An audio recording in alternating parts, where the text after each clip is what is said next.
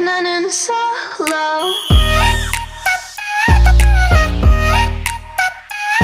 Assalamualaikum warahmatullahi wabarakatuh. Di sini kami akan mempresentasikan tentang modifikasi sistem penilaian dalam pendidikan inklusif.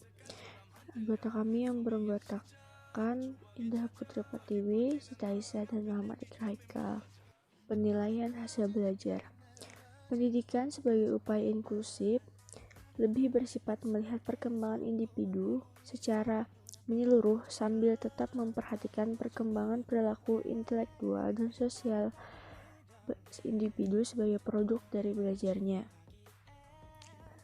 Setiap individu memiliki kebutuhan yang berbeda-beda antara satu anak dengan anak yang lainnya. Setiap kegiatan mengajar harus memiliki tujuan yang perlu dinilai dengan berbagai cara. Penilaian harus menjabarkan hasil belajar, yaitu memberikan gambaran mengenai keberhasilan siswa dalam mengembangkan serangkaian keterampilan atau psikomotor, pengetahuan atau kognitif, dan perilaku atau afektif. Selama pembelajaran, topik atau kurikulum yang fleksibel. Penilaian yang berkelanjutan berarti melakukan pengamatan secara terus-menerus tentang sesuatu yang diketahui, dipahami, dan dapat dikerjakan oleh peserta didik. Untuk mengetahui perkembangan, kemajuan, dan hasil belajar siswa selama program pendidikan, maka sistem penilaian yang dilaksanakan harus komprehensif dan fleksibel. Dalam setting pendidikan inklusif, sistem penilaian yang diharapkan di sekolah yaitu sistem penilaian yang fleksibel. Penilaian atau asesmen merupakan penafsiran hasil pengukuran dan pencapaian hasil belajar.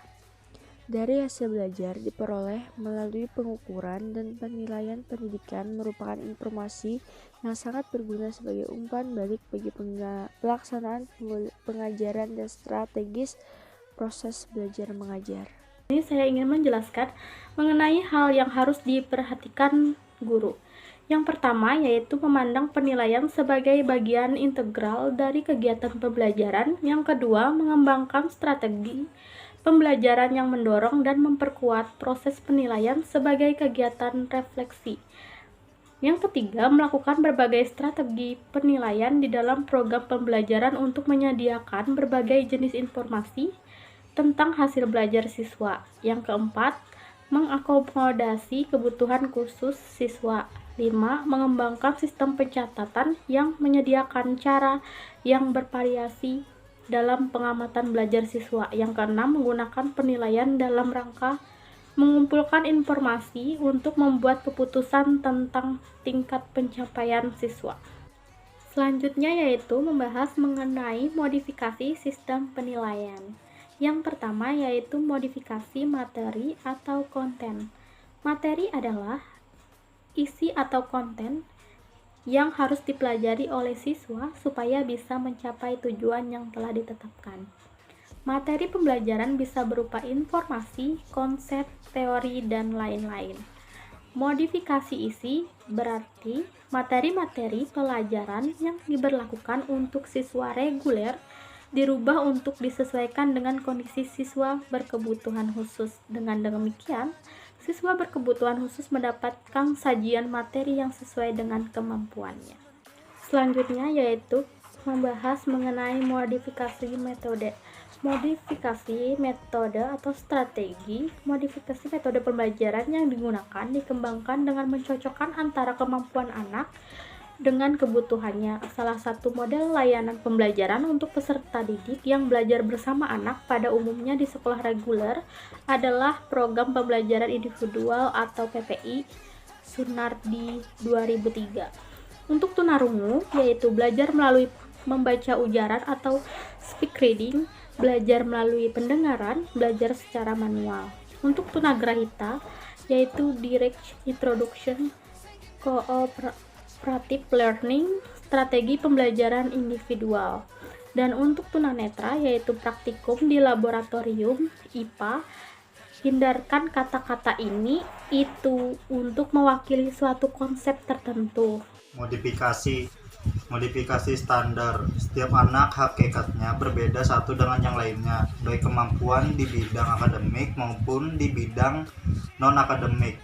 Kenyataan ini mengharuskan pendidikan dalam mengembangkan kurikulum perlu mempertimbangkan perbedaan-perbedaan peserta didik. Modifikasi setting. Perencanaan penilaian hasil belajar dalam setting pendidikan inklusif. Dibuat perencanaan penilaian hasil belajar yang disesuaikan dengan kompetensi atau kebutuhan khusus setiap individu anak. Modifikasi setting. Cara melaksanakan penilaian hasil belajar dalam setting pendidikan inklusif. 1. Melakukan asesmen awal, tengah, dan akhir. 2. Melakukan penilaian hasil belajar secara terpadu dengan kegiatan pembelajaran. 3. Melakukan penilaian hasil belajar dalam suasana yang menyenangkan. 4. Berupaya memberikan profil kemampuan siswa secara lengkap atau menyeluruh meliputi aspek kognitif, afektif, dan psikomotorik.